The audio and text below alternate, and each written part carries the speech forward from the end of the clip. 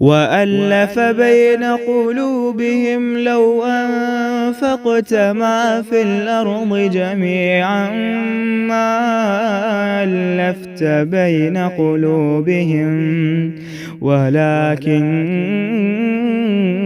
اللَّهَ أَلَّفَ بَيْنَهُمْ إِنَّهُ عَزِيزٌ حَكِيمٌ۔ لباس مرد عورت کے رشتہ ازدواج کا سمبل ہے۔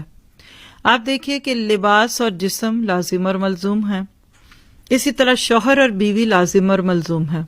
تنہا صرف اللہ ہی اچھا لگتا ہے۔ بلوغت کے ساتھ ہی خواہش پیدا ہوتی ہے، ایس و نیز اپنے بچوں کے نکاح، رشتے، شادیاں کر دینے چاہیے۔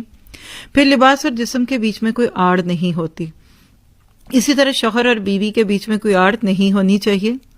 لباس سردی اور گرمی سے بچاتا ہے، اسی طرح شوہر بیوی سکھ دکھ کے ساتھی ہوتے ہیں۔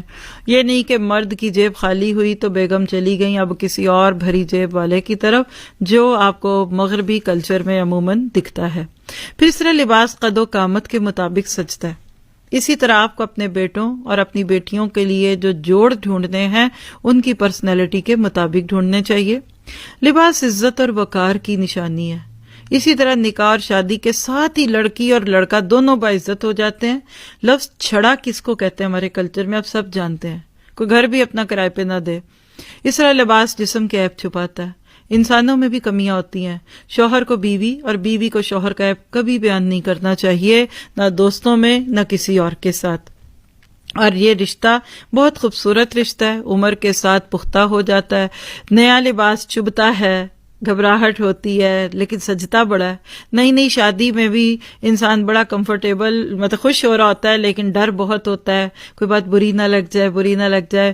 اور پرانا لباس پرانا رشتہ، آپ میں سے جن کی شادی کو 10 سال ہو گئے ہیں وہ اس بات کو سمجھ جائیں گے۔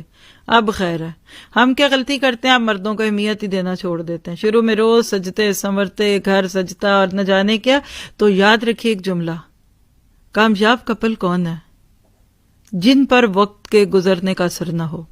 آج بھی آپ کہہ دیں کہ جسٹ لگتا ہے کہ وی جسٹ گیٹ میرڈ، اور یہ تعلق کب بنتا ہے جب آپ واقعی اللہ کے حکموں کے مطابق اپنے حقوق اور فرائض کو انجام دیتے ہیں۔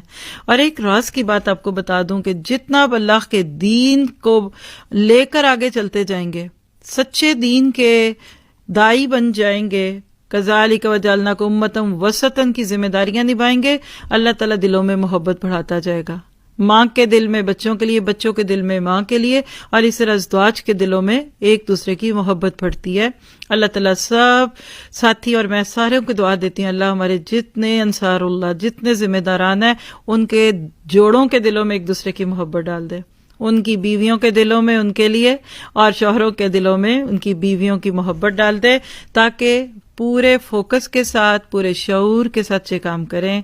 اور آپ ناراض نہ ہوں، آپ سب سننے والوں کے لیے بھی یہی دعا کرتی ہوں کہ اللہ جتنے بھی سن رہے ہیں اور سنیں گے، اللہ تعالیٰ ان کے دلوں میں بھی ایک دوسرے کے لیے محبت ڈال دے۔